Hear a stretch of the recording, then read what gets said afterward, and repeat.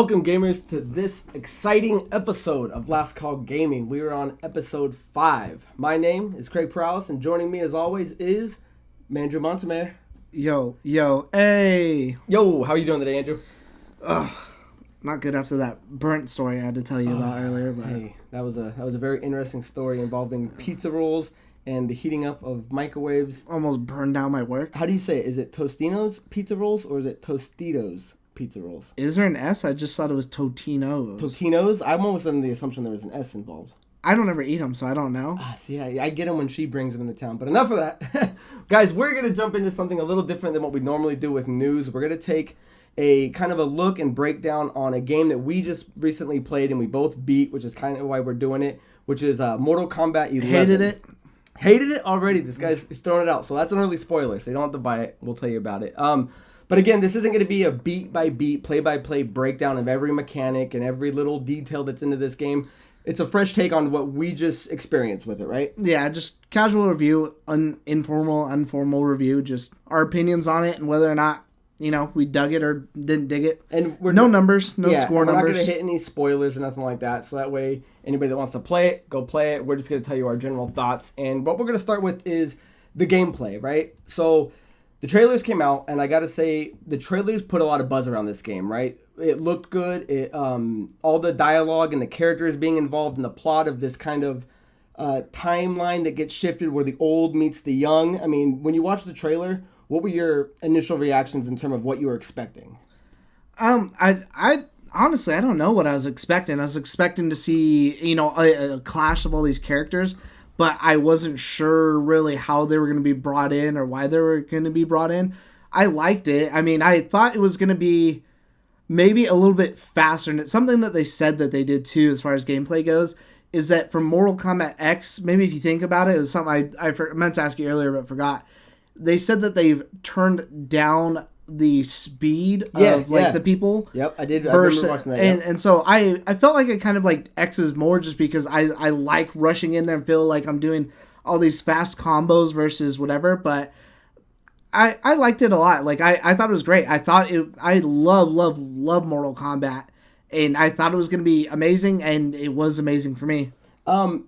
It's one of those games where I'm just coming off of another game like Tekken 7 that I just beat. Yeah, coming from one fighter to another. Yeah, which is something I don't normally do. And I was playing Tekken 7 and I thought, oh, this was a pretty good gameplay with an interesting storyline. It's extremely short. I beat it in X amount of hours, which you can beat this game in X amount of hours.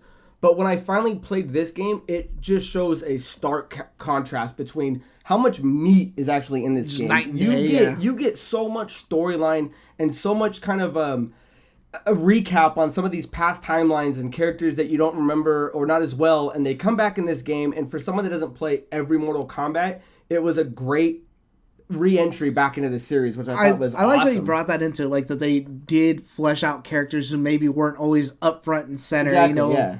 Who was one of the main characters that stood out to you? As far as the story? Yeah, like who's someone that popped? I felt like Jade. Jade, yeah, she was hands down, I think, one of the coolest characters that you got to be reintroduced to. Yeah, just finding about her, more of her background, and just kind of who she is as a person. Like I felt like she was always someone who's there, but never had the biggest role in any of the stories. Like I know who she is. I know she's like Katana's bodyguard, and she's an Edenian as well. But other than that, it's kind of just other stuff, endings or whatever that maybe expand on her, but none of that stuff is ever really like canon. So let's talk a little more about the actual gameplay and the meshing that it kind of did with the cinematics, because and I don't look at this as any type of spoiler. The essential game of any fighting game is I get to watch cinematic cutscenes and I play the fighting part. But I mean, talk to me a little bit on how well the cinematics were done. I mean, it was essentially a little movie, right? Yeah, it looks the same. And that's always my favorite thing is when gameplay looks the same and I'm not like, okay, well, the cutscene looks leagues far and above better than the gameplay. It's like, almost it just goes right into it. It's almost seamless. Yeah, I had a blast watching it. It was one of those things where there's a few games out there that I can look at and go, you know what, this kind of feels like I'm playing a movie. I would say like God of War is kind of like that. But this game really just kind of showcased that this is an epic good 4 to 6 hours story. I forget how long it actually is, but 4 to 6 hour movie is the best way to describe it. And the way they break it down into the chapters was nice, right? It's so bite sized and so like easy to take in. So you could easily get in, play a fight or two, play an hour or so, and be like, oh, okay, well, I'm done for today. I gotta go. I gotta do this. Whatever. Right. Whatever. It's so easy to jump out and jump back in and be like, okay, I know exactly where it was. I know exactly what's happening, and you don't feel like it's definitely a game that even if you play it a bit, put it down for a week because you go out of town, whatever, and came back, you're not going to be lost. You know exactly what you're doing, exactly where you are. And I think it has a really good menu system in terms of when you pause the game, like, there'd be times where I forget a button combination because you play through so many characters. I love the hotkey right there on the side. Yeah, you pop it right up, and without digging through it, there's already a menu that kind of gives you the short, 3 or 4 key moves that your character would want to do, and really that's all it was perfect. That's all I needed to see. It was a quick pause, boom, and you can hit it. Yeah, for someone who's not like I'm not huge into fighting games. I only play this and Injustice really for the story. So yeah, when I'm going through, I'll kind of just spam whatever throughout the story that I would forget that. It's so much easier to pause it, and it's got this little hot menu versus having to go to the menu, go to the moves list, find the move that I want to do. It's nice to have that hotkey right there. I really like that. Yeah, I thought that was pretty impressive. So overall, Andrew, we look at this game that has a very nice storyline. Graphically, what did you think in terms of the way it looks, the way it moved? Did it feel good to you? I thought it looked really, really good at points, but then there's some points where I felt like maybe it's because I don't know. I felt like some parts of Injustice looked better. It's a fair comparison. Like some of the character animations or like facial animations looked better in Injustice than they did here. Some of the people most of them look a lot better. Like that's as far as how it looks, it's not just this looks great, it looks amazing at 1080, but the redesigns that they've done for a lot of characters, like I love the way Katana looks now. I think she looks like amazingly good. Scarlet looks great. I love the new Jade. I don't like the new Shiva. I don't think she looks good. She looked a little scaled down. I love the way there was a couple scenes where that and again, I don't think this is a spoiler because you've seen it in the trailer, but like when Liu Kang and Kung Lao are together, the way they kind of made them looked really on par with like a scaled actor performance, you know what I mean? In a video game. And I was very impressed with that. And I love the character interactions too between everybody because a lot of that felt like that Shaolin Monks game where you're just running around and stuff like that. So I mean, that game pretty much just has its looks, its dialogue, its combat. A lot of that stuff is just in aces. You're just getting it nonstop. Yeah, and then in terms of the gameplay offers obviously the storyline, but then there's a couple other things you could do within the game, which is the I think they call them like the tower challenges, where you can kind of do all the different ones, custom style of Mortal Kombat, where you start at the bottom, you rank your way up through the fights. Did you do any of those? Yeah, they do. There's 2 versions of them. There's like the classic version that when you beat it, you unlock gear and stuff, and then there's a time version of it. You did the time one? I did a couple of them. I didn't get too far into it, but what I liked about the classic one is after you beat the main storyline and you know how the game ends, you can play it through different characters and you get their ending of what they would have done. And they like the classic, so that was really cool. Really cool. I would recommend anybody that's playing it definitely check that out. That was a cool concept. I'm sure it's come a lot longer way than that Mortal Kombat 4 one I just showed you. If we can get let's see if we can find it, because I'm gonna try to pull that video and we'll put it up. But I thought he was showing me an old video of Jax's ending from Mortal Kombat 4. I thought he was joking. I bad. don't remember it being that bad. As a kid, I remember loving every Mortal Kombat game, but that was tough to watch. So it definitely came a long way.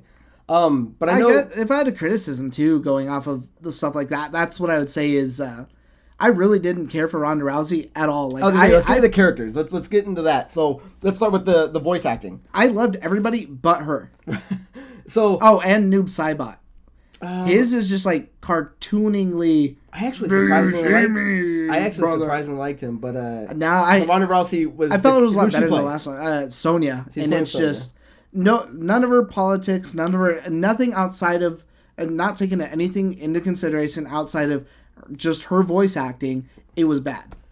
In terms of, I mean, I know my thoughts of it, but what is she? Is she missing delivery? Is she missing emotion? Is she? The emotion's not there. Sometimes it kind of feels like she's trying to be, and it falls flat. And sometimes I felt like some of it is just jokingly bad. Like it is. There's a couple scenes between her and Johnny, and it's hard to watch. You wouldn't know what it is, so it's not really a spoiler. But the one with the cage, it's bad. Her talking is just bad. I kind of almost hated anytime she's on scene.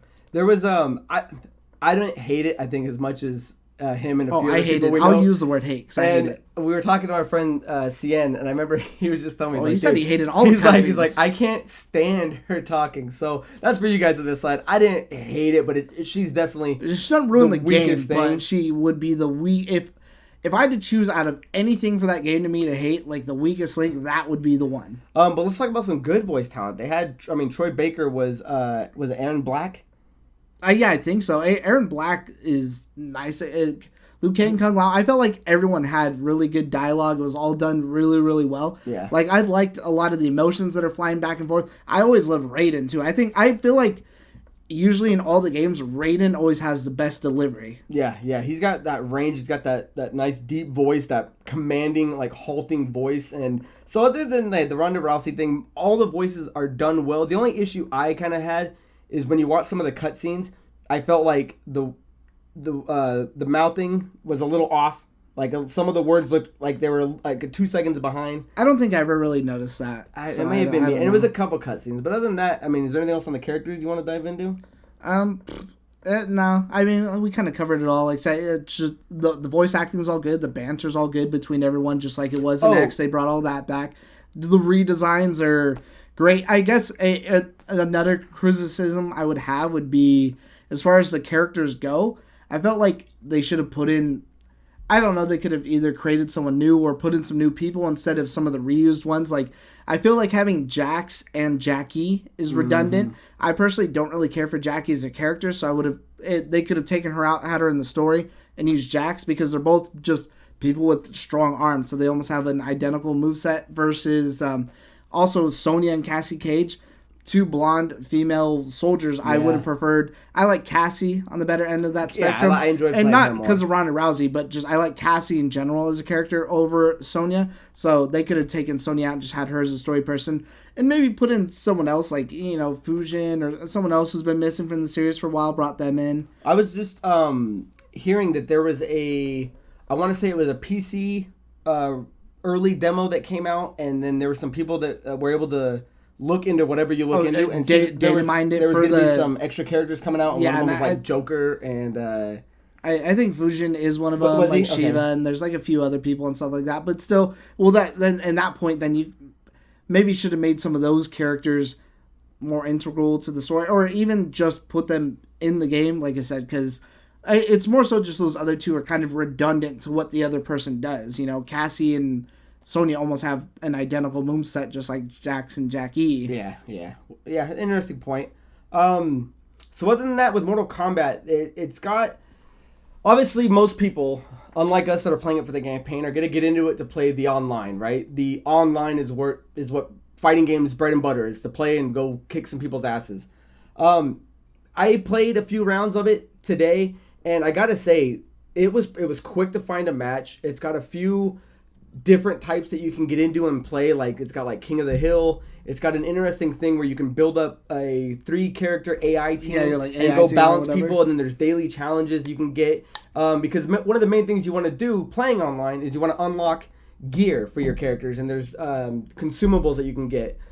So when you play the tower system, and they also have the crypt, was the crypt ever in any other game? Yeah, it's been in the last two. The last two. Okay, so there's another crypt system, and you can go through and find all the gear on that. The only thing, because I'm not... It's a little grindy. It's definitely grindy, because what they're saying, and I wasn't aware of it, grindy, was all the loot that you go through the crypt is all random. So there's no dedicated spot where anyone can go find. And that's definitely a way to keep people playing, because in the other ones there'd be achievements for getting certain things. And I would just look up where it is and walk to that chest and do that versus, just whatever. I gotta say though, I did like the crypt, because you could, it was kind of like this mini game. You gotta play this character, collect weapons, explore this kind of I think it's on Shang Tsung's island. Yeah. Oh, and I forget how I think it's oh man, what's his name? Who played Shang Tsung from Mortal? God damn it! We'll pop his name up right here, but he does the voice acting. I'll murder it because I don't know how to pronounce his name. It's like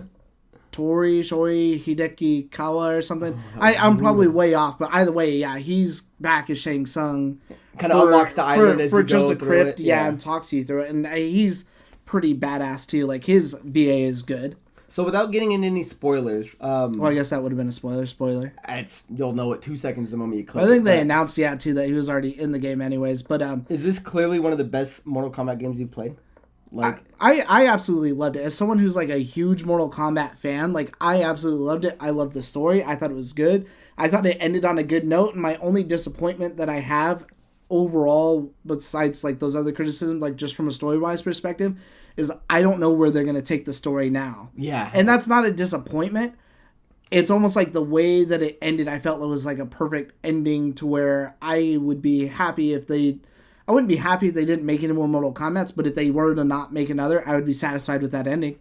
Right, yeah, and until you guys play it and experience it for yourself, the ending is I want to call it epic. It was a pretty epic there's ending. 3 different ones, but the best ending that you can get. Yeah, I thought it was a really great ending. Like I said, I loved it all the way through. I felt like the game was good. It introduced a lot of new stuff. And not just the new stuff, but there's so much fan service in there for anyone who's a huge fan of Mortal Kombat. Especially that one scene I wanted to, that I had talked to you about between... certain characters. Spoilers, I'll just tell you who it's between. You have your minute to skip this right now. Between Raiden and Liu Kang. I'm not going to go into details what it is, but that scene... Dude, I got goosebumps. That scene, I had to go back and watch it as soon as the game was done. Yeah. I watched it again at work today. I watched it. Really? I watched it the next morning when I woke up. Like, that scene, it's a good got scene. Me good. Yeah, I loved it. I felt like that was the pinnacle scene out of all my favorite scenes from like Mortal Kombat, all the Mortal Kombat games, because there's lots of really good scenes in some of the other ones. That is my pinnacle scene. Yeah, you were telling me about that, and so I was kind of looking forward to that scene. That was really good. There's another really good one that Scorpion has. I mean, the whole game was just peppered with great scenes, and that's kind of, back to the original point of it. It's the juice, it's the meat of this game, is that storyline and this big kind of cross paths with all these past and future characters, which was really cool. So if we're looking at this, Andrew, in terms of your overall experience playing it, if anyone's watching this and they want to kind of jump in, who would you say that you felt the best playing with? Who was your favorite character to kind of get your combos back in and whoop some ass on? I did best with Collector and Cassie Cage. Those ones I felt like I was getting consistently like 8-hit combos or like higher tier. I'm not like a pro player, but like not a combo that's just 8 hits in a row, like actually juggling and doing whatever across the screen. Like, those were the 2 I was doing the best with, I felt like. Yeah, I had a lot of fun doing Jade. And once I played Raiden, he was badass. And then Collector, I thought was just... Because what does he have, 4 or 6 arms? 4. He's got these arms, and he's just... The way he moves is just... It feels really good.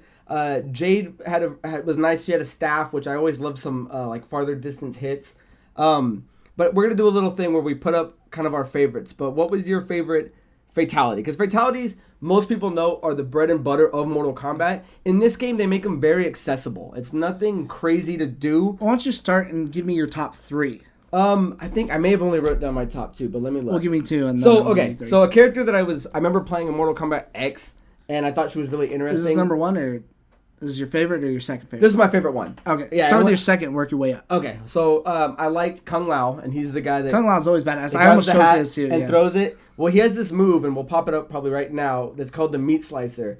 And what it does is he rips the torso into like 3, and then throws your head at it. But what made me laugh, and I thought it was unique, is he's grabbing your arms, and at one point, it's like a merry-go, or it's like one of those movies where 2 people are spinning around. I almost thought he was gonna like. Died. I almost thought he was gonna let you go, and it was gonna be part of the, like, I almost wish music was playing when they were spinning around. So that one I just thought was so unique, and then the character's so badass, and the way he rips them apart. It didn't make my favorite, but the other one that was almost kind of like that for me was Jade's, where she puts the pole through your head. Oh, yeah. And you're almost like a body dancer, and she slaps the body and it spins around in a circle. Yeah. So I loved that. Yeah, when she rips out all the intestines and it it spins in the circle. Yeah, that was good shit. And then my favorite was Devora. She's this kind of... Oh, I hate Devora. Again, I don't remember loving her character, but when she does her fatality, she like rips you in half, spits bugs into you. Oh, that one, that one's a good one. I think it's called. I think it was New Species. That's what I have written down. But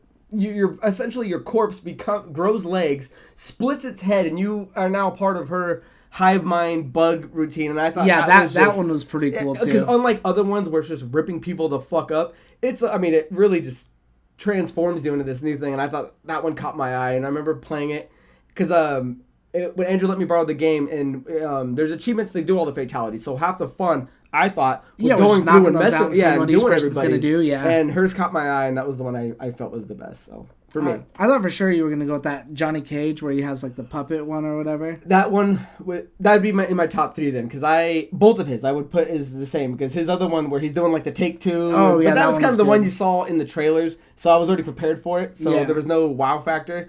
But overall, that's a solid fatality that just kind of mirrors what that character is about. So, what about you? I'll give you 3 because... give me that 3-piece combo. My 2 and 3 would probably be tied. 3 would be... I loved Cassie Cage's just because I like her character where she just knocks out the middle of the body. Oh, and then puts her hands in and then makes the heart and like blows you like a kiss with all the blood and stuff like that. Yeah, that was like the I Heart You. Yeah, the I Heart You. I think that one's called. That one. I really loved Frost where she like... she freezes you and she tears out like a chunk of your insides and puts that freezing grenade in you and it blows you up into like a frozen statue. She was well. That's the thing. So there's a way to unlock Frost, right? Without spoilers being done. I thought I did it because Andrew explained to me how to do it, so I did it. I didn't get to unlock her, so the achievement for doing both of her fatalities I don't have because I didn't get to unlock her, and I didn't. You didn't go back. And I didn't have time to go unlock her, which maybe after this I'll try to, but so I didn't get to play hers. So that's. But I downloaded the video, so you guys will see it, and You saw what I was talking about though. That one's pretty cool, where she blows it up, and then you're like a frozen statue. Yeah, that I didn't get to enjoy it in its entirety. So that's number 2. My favorite one would be Noob Saibot's, where he puts his clone inside you and then it crawls its way out. Noob Saibot was fucking That one's bad. some pretty horror movie shit where he's crawling out of you. That one was badass. Yeah, and again, they're all sick to watch. It was hard finding a bad one. The test is finding your favorites. The hard thing is not liking any of them. I thought anyway. I thought maybe Jackie Briggs's was kind of generic. She kind of throws the bombs and does that. I thought hers. I didn't like that one. The Spider-Man wasn't overwhelming, but it's I didn't like cool Sonya's either, where she shoots you into the helicopter and the helicopter tears you apart or whatever. Okay. I didn't care much for that one. Yeah, there's a couple every Mortal Kombat. There's a couple that aren't exactly amazing, but they're not show stealers. But there's lots of good ones. Scarlet has amazing ones. Scarlet was badass as a character too. Scarlet was dope. Overall, what would you give the game now? Would you buy it? Would you pass, or would you wait it? So we're gonna go into buy, pass, wait. Yes. Okay, so this hits me as someone who isn't a hardcore fighting fan. I think this game has so much replay value and it's so juicy. It's if you're looking for a new game to take your time and step away from any other fighting game, I would say it's a definite buy.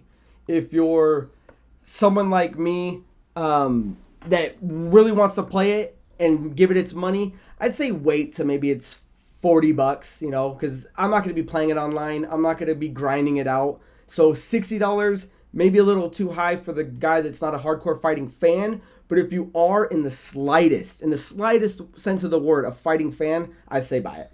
I think I'm equal with you too. If you're a fighting fan, or if you're a huge Mortal Kombat fan, because I'm not a big fighter fan, I went out and bought it day one because I love Mortal Kombat. I had to know what was going to happen in that story. Andrew's the reason why we're doing this is because he played it, said it was fire, sent me the Snapchat, and I'm like, dude, then I gotta try to play it. But, and then we both loved the game. If you got a big plate and you're just got too much else going on, you're not a huge Mortal Kombat fan. Maybe you like Mortal Kombat, you're not in love with Mortal Kombat, and you're not a huge fighter game person, then you could definitely wait. I would say it's a game that's at least worth playing at some point in time. It is not a pass, that is for sure. Definitely not a pass. Because even if you're not into those things, just the story alone is really good. And again, I'd probably lean more towards buy for anyone that's a fighting fan. It's just, I'm not a diehard, so I would still buy the game at 40. I wouldn't wait till it's 20. It's a good game. So, what more is to be said, Andrew? The game's good, plays good, looks good. Go try it out. It's awesome. But with all that being said, let's move into That PS5 That spec. PS5 is... So we all know the next gen's coming, right? We all know the Xbox Scarlet has what it's going on with it, but Sony finally kind of confirmed a few rumors that were kind of floating around, and let's start with this. One of the ones was, is this thing coming out 2019, right? That's kind of what... That's what everyone's been saying, and I never thought it was going to. I didn't think so either, but now that we have confirmation that it's definitely not 2019, are we comfortable? Is it safe to assume that it's probably... I would say holiday next winter year. 2020? Well, I mean, it makes the most sense, right? I can imagine launching a console at any other time earlier than around the holidays. That's generally when they launch anyways. Yeah, it's a good window. Because I remember Xbox, I think, was in November, and then PS4 was in December. And then it's been forever since the 360, but I remember getting mine around Christmas time. Yeah. Do you think they could have released it this year, or do you think there's still a couple of the quirks and bugs and manufacturing that they're still trying to get set I'm sure in they're stone? still trying to get all that stuff off, but it's probably, I mean, they're so far in the lead, their console is selling well, that realistically there's no rush to sell anything this year. You know, I'm sure they're not in any rush to end this cycle of, you know, them just kicking everybody else's ass, so. Yeah, that's you can't say that enough. This system dominated this gen, right? It's just for numbers perspective, the number one grossing game console of all time sold at 120 million units, which was the PS2, and the PS4 is already, I think, by the time this video is shooting, it's like around 95 million. I don't think it will get to those numbers. Not getting those numbers, but it's blowing out everything it's, else. Yeah, we'll put up a stat box of what, like, the comparison between PS4 yeah, no, and it's Xbox definitely it's definitely smashing everything in its way. Yeah, so there's no rush for the PS5, and that's kind of what people were guessing at. Is it coming out 2019? There's no reason for it to. I mean, it's got plenty of breathing room in 2020. When all the next gen titles are coming out. I think that might be their thing though too, is right now, I mean, they just put out Days Gone, which we'll riff on that a little bit later. I know that's on the docket, but I don't think Death Stranding is coming out anytime soon. They haven't hinted that it's coming out anytime soon. The Last of Us 2, they just were writing about how they just finished filming like a final scene, so that it's definitely not gold. They're still working on that too, so that probably might even miss this year, I think. Yeah. So if anything, you would want to maybe release a console, because I'm sure it'll be able to play those games.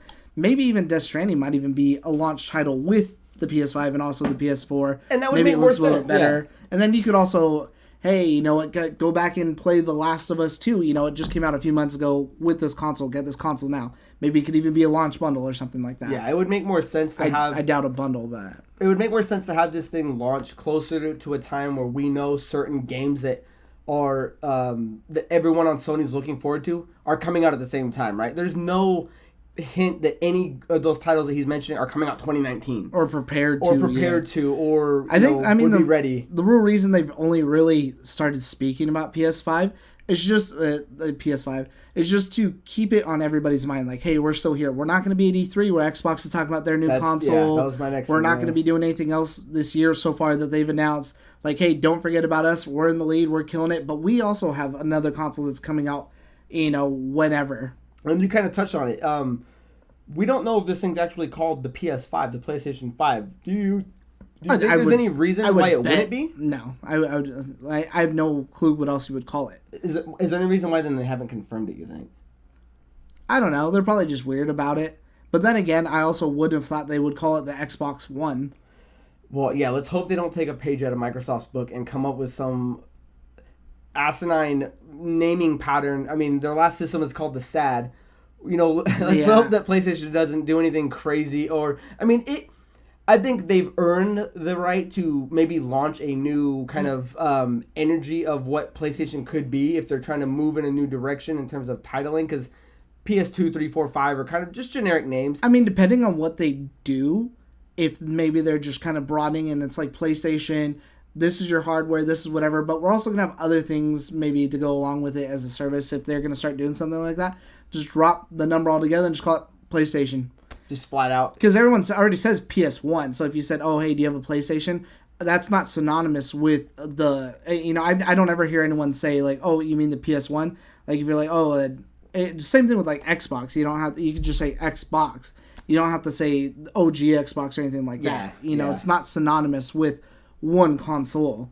It's a name. It's a brand. It's an idea. It's an idea that lives amongst the people. But in all reality, I think most of us, it's almost 99.9%. Leave your address in the comments because I will bet you $100 it's PS5. Ooh, see, now we got $100 bets happening on this show, guys. So you got to watch, you got to comment, you got to take Andrew because he's only worth 500. He's only liquid for 500. So first come, first serve. So let's talk about kind of the big thing that I'm looking forward to because you don't have a PS4, right? Not that you don't want one, but you know you're kind of dedicated in the Xbox ecosystem. I just don't have time, yeah. Right. I don't want to buy one because I know it will gather dust. I've got the PS4. I've loved every game. Yes, I'd rather just come over and play something. And the cool thing that the PS5 I think is introducing, which is something we've all been clamoring for years, and is they're full on backwards compatible. Yeah, might as well get that one out of the way. Which it's odd to think about, right? Because it's weird that we've wanted it for so long. We've never gotten it. We've never been sure why. And it's taking it up to this final system where we have new things like the Stadia coming out, Microsoft merging with Switch. It's weird to think, that's a lot to ask for. It's like, right, can we play our old games? Do you think this is something they're finally going, you know what? Here's our thing. Our PS5 is going to play all the badass PS4 games and everything new we launched. I think they would have done it to begin with had they not done like the PS3 with the crazy architecture and all that jazz or whatever. That thing was kind of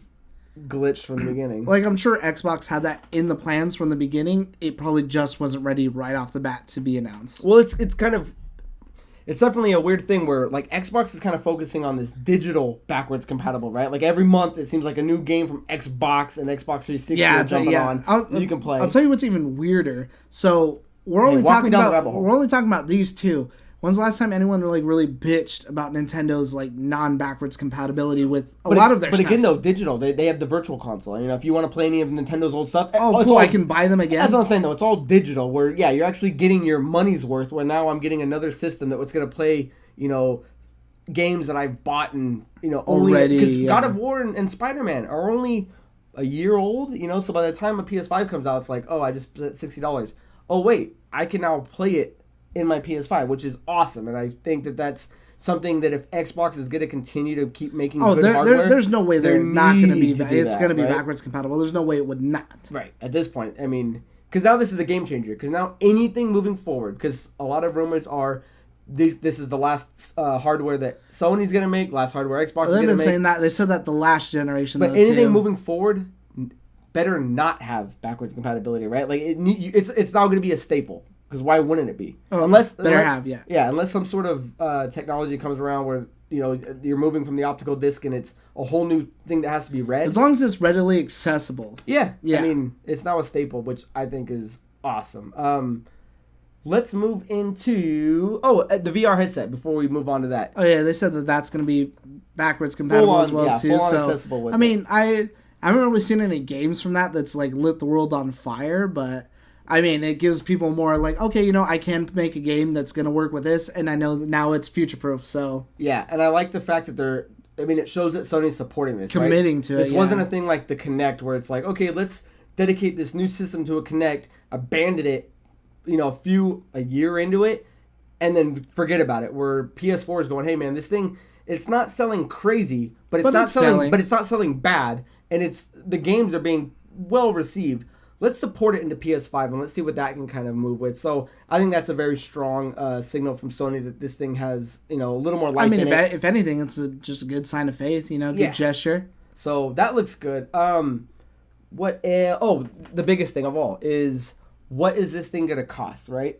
There was that tweet that came out from Mark Cerny. Cerny?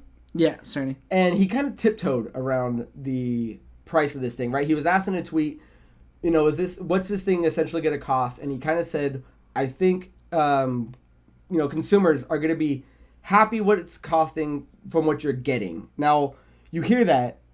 How do you dissect it? How do you analyze this thing in that? Because that's very cryptic. That's hard because that was a big thing for PlayStation is when it was $100 in Xbox at $499, and everyone always says I don't want to go over that $499 price point because anything closer than that, you could build a PC for however much more.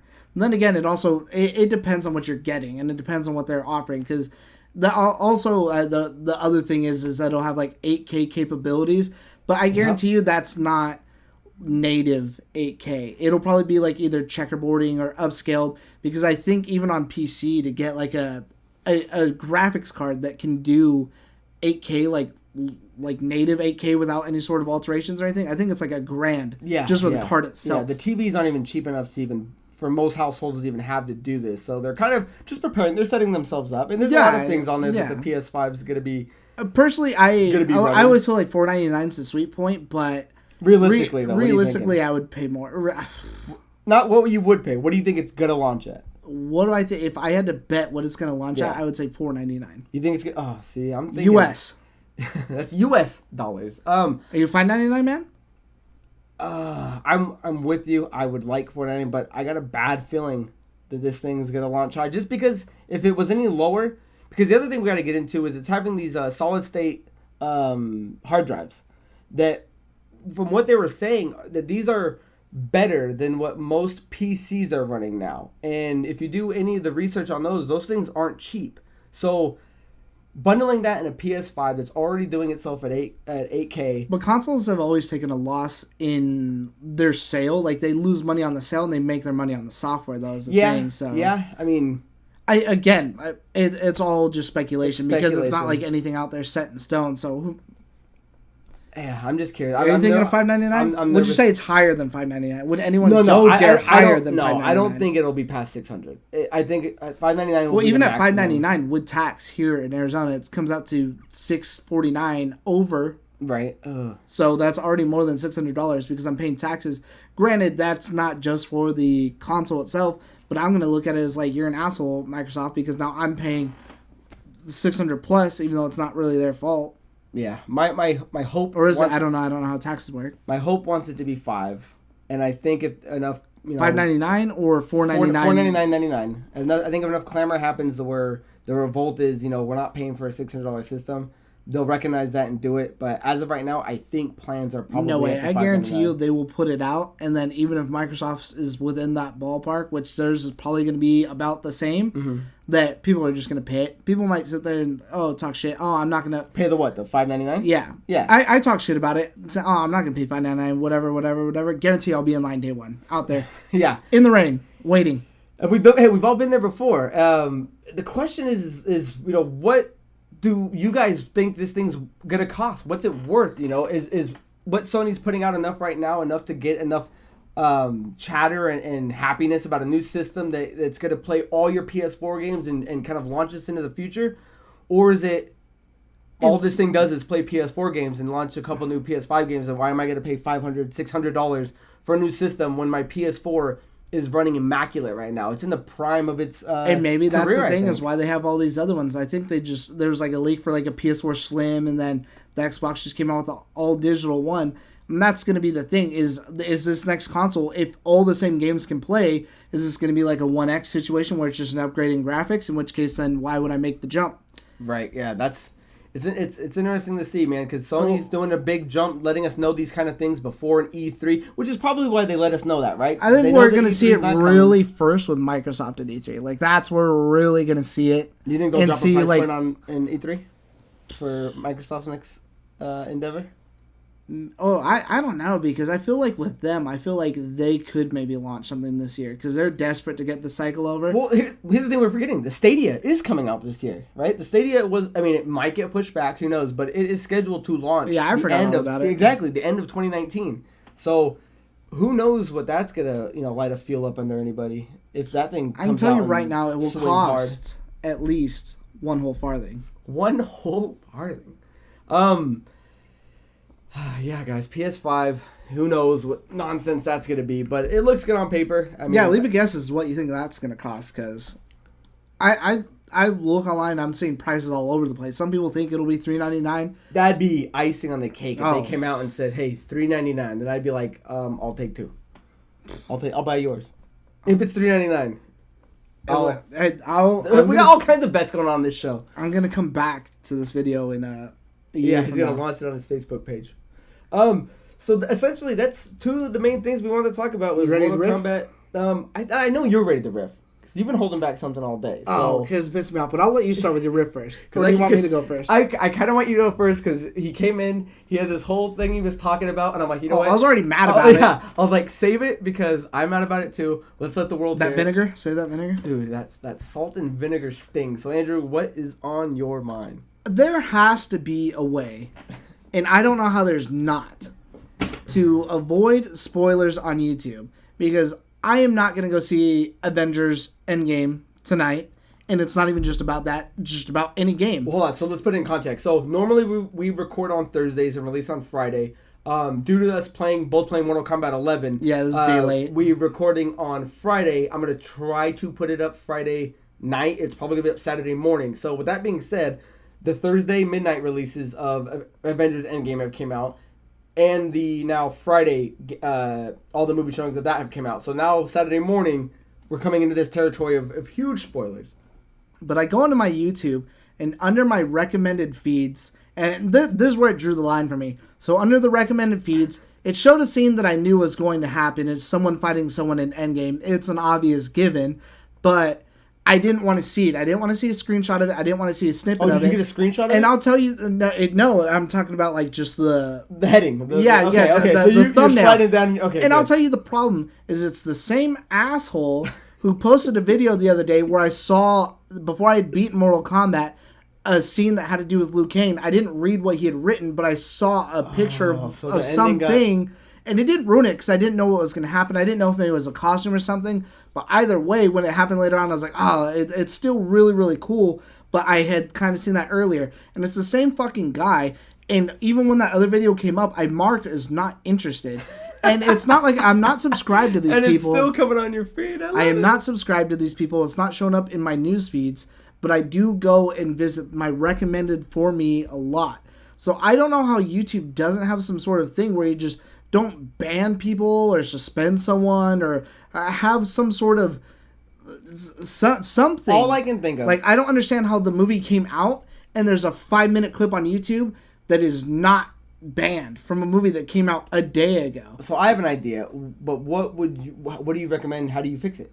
I say you find all these people and you fucking break their ankles and you tell them if it happens again. You kick them in the fucking yavel. All these people who think they're making money by posting all this spoil, like, that's the thing. Mark it as like a playthrough or put like Liu Kang scene or something, Mortal Kombat 11. Don't put in the subtitles Liu Kang makes out with Raiden. And, you don't need to describe the big happening for me. Maybe a year down the road or 2 down the road, sure, that's fine. Months down the road, okay, whatever.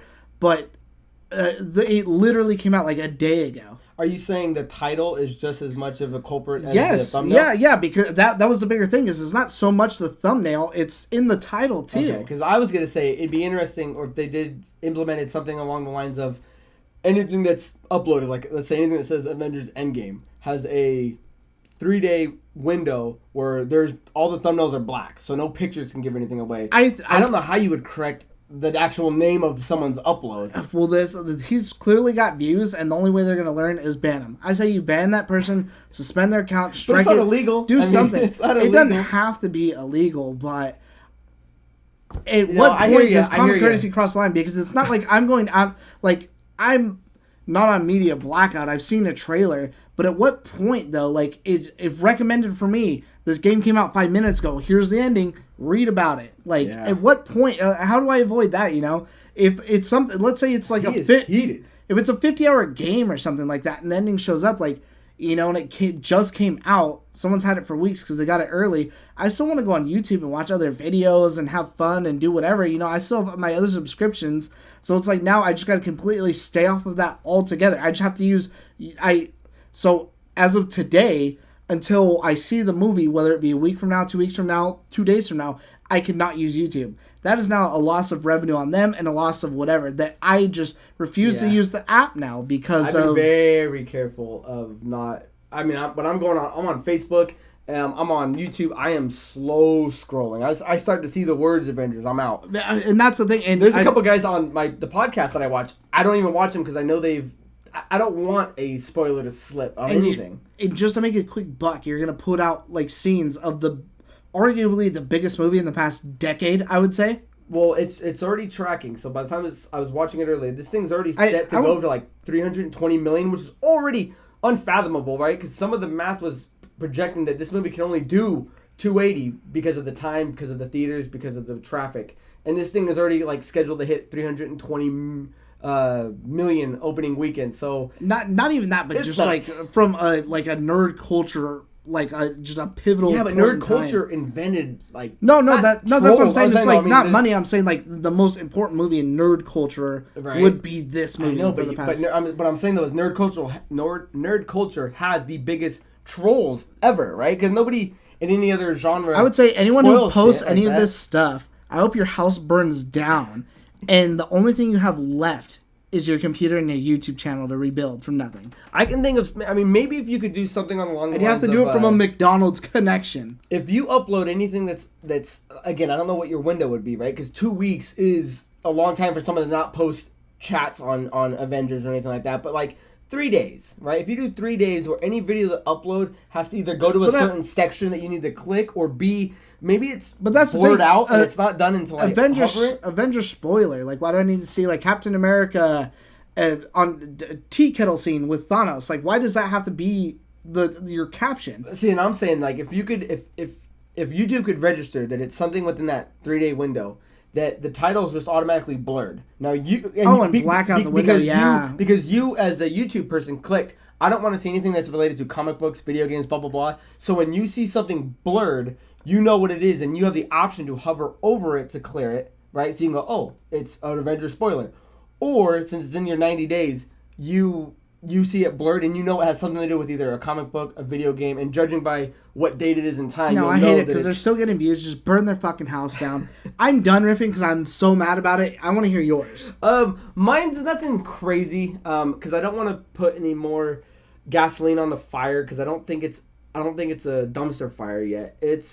So the last episode we talked about how GameStop's rolling out this policy that if a kind of a blockbuster game, not a blockbuster game, like a AAA title comes out, and you're guaranteed to like it, because if not, GameStop will refund you $60 credit, and the first game they were going to start with is Days Gone. So after the news, because the game came out today, it's not doing so hot. It's getting a which isn't bad. Again, I'm not 72 on Metacritic, but there's a lot of scores out there that are like 6s. And most reviews are saying that it's got potential, but the game kind of not delivers. So what I just kind of want to hit on is, was this the smartest? Do you think they roll back that decision? A company that was already kind of in trouble. Is the first time you want to make sure everyone can come back and get all their credit back? Is for a game that no one else is going to buy anyways. I don't know how it's selling, but yeah. This game that's already maybe bad. Who knows? Whatever. It's everyone's opinion. I'm curious on what the numbers are and how many returns there are after those 48 hours, or how many people actually do return Days Gone. I'm hoping it's not a lot. Like, I'm hoping the game does well. I think they're going to cancel that program. I mean, it's such an odd thing that the first game that they choose to do this with is a game that, like, did they not get early reviews of this? Is this something that they were like, you know what? Let's, out of all the games coming out, let's throw a dart, and whatever one it hits, that'll be the first one. I don't think the reviews hit till yesterday. Yeah, but it's GameStop, though. They got to have somebody on the inside that goes, hey, this game's tracking well. Or, because the game's launching. Well, yeah, they track the pre-orders, so who knows? Maybe it is based off the pre-orders alone, but... Well, because what they're saying is the game sounds like it's not done all the way. Not that the story's not done. But just a little undercooked. Undercooked, and... I mean, is it worth spending $60 on to play this game that's half cooked? Probably not. I'm curious of how, because this is one of those things. It's so circumstantial of what was going to happen with GameStop's program, and this was probably the worst title for this thing to pick up on. It should have been a title that just hit it out of the park. A guaranteed winner. It should have been a guaranteed winner where you're like, you know what, everyone's going to buy versus a game that's it's all right. I'm just going to take it back down. Now, how many people take it back? Again, I don't know what the profit is. So that's the thing, is if people take it back, then who's buying it? Like, how many people are going to go in there and be buying a used copy of this? And how fast does it drop to $39.99? Like every other game drops pretty quick these days too, though. So I mean, who knows? That is very interesting. I just wanted to bring it up because out of all the things that could have happened, the thing we talked about last video is this. Cool, it is kind of funny. Cool concept that, you know what, guys, you guys are guaranteed to love our games, and the first game out of the gate is a C. By Metacritic, it's a C game, and C games mean It's not for the masses. It's not for every gamer, clearly, right? Most A's and B's are. Well, so I mean, that's only on one console, so it's not like it's going to sell like Red Dead numbers or something. Yeah, so this game has the most potential to get returned. I would return it. I mean, if I started playing this game and I thought it was a C, right? Because even Mortal Kombat, for as short as it is, that game's a solid B plus A minus. Even so, for the shortness wise, you could beat Mortal Kombat, just knock out that story and return it. So, I don't know. I thought it was interesting. I wanted to riff on that for a minute. I just wanted to touch on it. I'm sure if more news comes out, we can touch on it in our next episode. I just kind of wanted to bring that to light because I thought that was hilarious. I'm like, come on, GameStop. I want you to survive. You're not doing yourself any favors. Yeah, I was thinking about that a little bit earlier too, and I was like, oh well, that's a little odd. But I mean, if anything, if worst case scenario happens first, at least you know how to plan ahead of time for it. Maybe next time or something. So who knows? And if anything, maybe that'll show them it's not the right decision. But for all we know, this game could sell like hotcakes. Which it isn't. So, guys, you never know. It could be. Keep an eye out for the ending scene on YouTube in 5 minutes. Oh yeah, you get it spoiled because and Andrew will be the guy that you'll see in the comments. Yeah, you know, I'll buy the game, watch the ending on YouTube because it's up, and then go turn it back after I read the thumbnail. So, guys, throw in the comments. How do you prevent this? How do you prevent spoilers? Because, and you know, as much fun as we want to poke at it, you know, getting anything spoiled sucks. Nobody wants to get Avengers Endgame sucks. We did our best to not spoil a game of Mortal Kombat that's only 6 hours long. Nobody likes it. So yeah, and I raced through that game too, and I still be courteous to one another. You know, don't post anything online that's gonna ruin anything else for somebody. So that's just, I mean, we're a certain type of community, a nerd gaming culture. You know, nobody wants that shit ruined. So be responsible, guys. But we're getting towards the end of this thing, and we want to end it with a high and low because the games we've been playing is the game we just beat, Mortal Kombat 11. So, do you want to start, Andrew, with your high and low, or would you like me to start with my high and low? I'll start with my low and high. I'll go low to high. Go low, high. Okay, so hit me with the vegetables. So the low is that the title of this video is going to be the spoiler from Endgame, so you won't even know what's happening. Oh, don't you do it. My low would be I'm on the back 9 of Sekiro, like just about at the ending to where I have everything planned out to where I can get the endings and all I really have to do left is just grind out the game. But I really am just not realizing like how stupid it is of an achievement just to like have to sit there and grind just to unlock all these skills. Like it's stupid. It makes no sense. And I hate that more than anything because all I'm doing now, all I will be doing after I beat this game, which was a good game, is just killing the same enemies over and over and over and over and over and just running like an ideal loop. Because I don't know in what world they think people are just going to keep beating the game until they have enough points. No, that's not what anyone's going to do. And a hard game. Right? Yeah, a hard game at that, yeah. This isn't beating... Yeah, no, so I'm just going to go run a loop like everybody else and unlock my stuff, but still, it's just going to take so much time. I'm like, just kind of a sour bite to end the meal, you know? Let me ask this. Is it safe to say, regardless if you try to 100% it or not, come this time next week, Sekiro's done for you? Yes. It's going to be completely off the books. Yes. And we'll discuss next week whether you 100%ed it. Come hell or high water, that game will be done. Okay, because I'm very curious, man, and I know you like to complete these 100%ers on games you enjoy. So it'll be my low next week if you don't beat it. So thank you for putting that on me. Well, now that that's out there, shots fired. Because I know you got it in you, and the grind sucks. But I mean, I would hate for you to not have 2 achievements on a style of game that you like based on a bad system, I guess, in place to 100% it. So for the high, then I would say just give me that dessert. Mortal Kombat 11, like just the story in general, and like so that one scene specifically, it just got me good. That I'm in love with it. It was very fire. I'm glad you let me borrow it, and I'm glad we got to talk about it because we haven't really done a kind of a game review. We picked games, and I was because we have such separate schedules and we're at different places and we definitely are, and again we play as many games as we can in 2 guys that work full-time jobs, and that game was very refreshing. So I'm glad that's your high. I'll go reverse order. I'll start with my high. My high was so I played online and for Mortal Kombat 11, and I thought I was gonna get my ass kicked. I play my first game and I get my ass kicked. I think I won 1. I think I won he beat the shit out of me the first one. I'm playing Jade, and he was playing Noob Saibot. And then he rips the shit out of me in the third one, and I barely beat him on the second one. So I'm like, dude, I don't want to play this anymore. And I'm like, I'll do one more because I got to at least say I've played it and put some time in. I play the next one, and this guy plays Shao Kahn, which, in the story, Shao Kahn's storyline I thought was pretty fucking badass.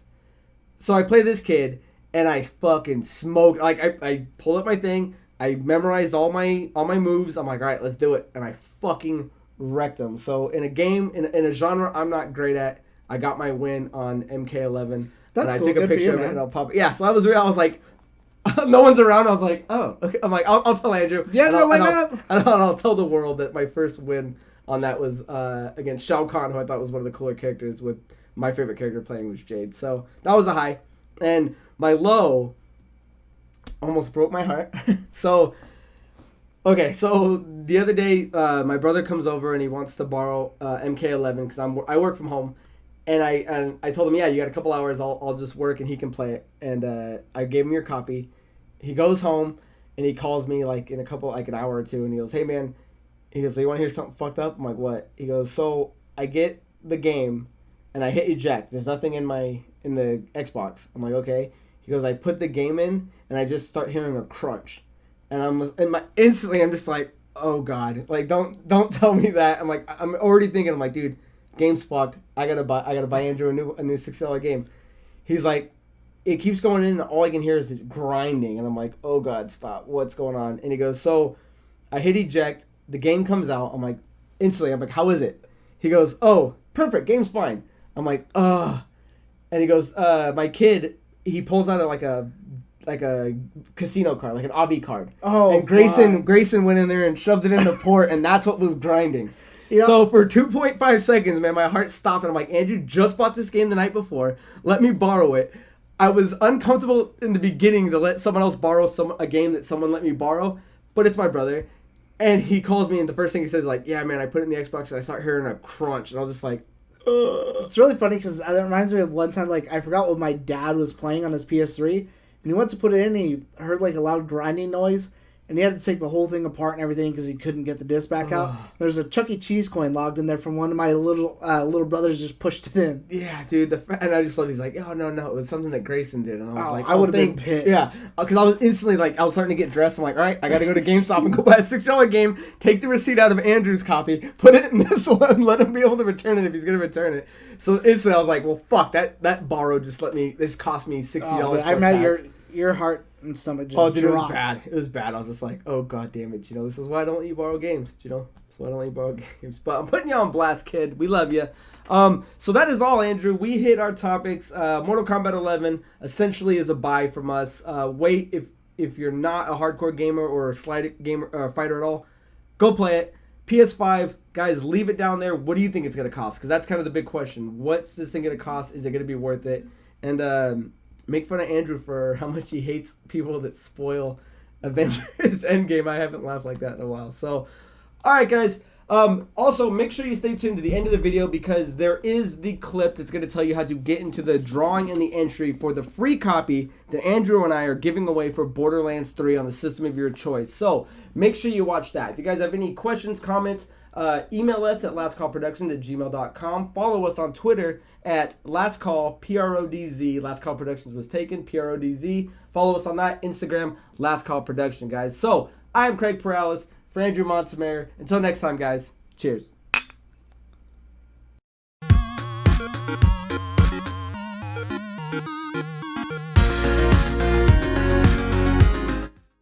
So, if you made your way here, you're a fan of either one of three things.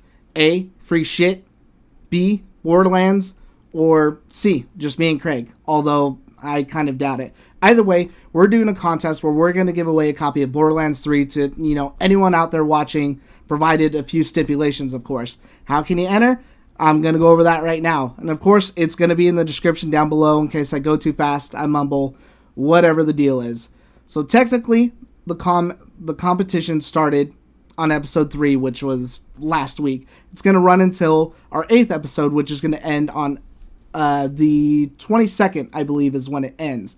So, what you have to do is be subscribed, leave a like, and leave a comment. In your comment, it could be whatever you want to. Tell me I suck.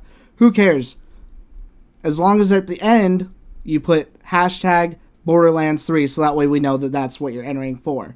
Now, again, you can put that on a video. So at, let's say, episode 3, that gets you 1 entry into the contest. Episode 4 will get you another entry, so on and so forth. So you're going to have a total chances of 6 times that you can enter this thing to try and, win. The other kind of rules, very basic stuff. A, we're only going to ship to the US. This is our first thing we're doing. We're not crazy big yet. We don't know all that stuff. We want to make sure it's actually going to get there. So, there it is. If you live in the US, this one's for you.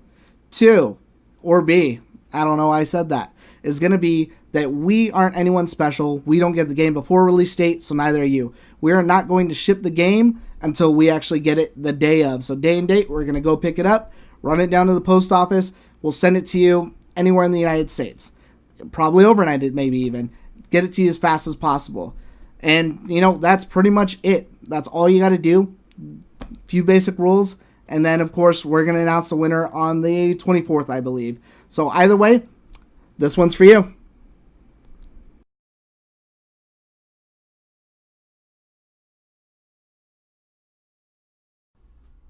What would you rather have? Kind of bad stretch marks or a bad outie belly button? Ooh. Interesting. Well, are you a girl? Like with girls like stretch marks, or just like a guy that was fat with stretch marks? No, you're just a guy who looks like a panther because you have stretch marks on your fucking V-line. How big of a belly button are we talking? There was this kid in high school, or not high school, it was like in junior high. His name was Edward. He fucking had, like, I've seen outies, but this kid had a knob, dude. Like, it looked like half of a fucking hot dog.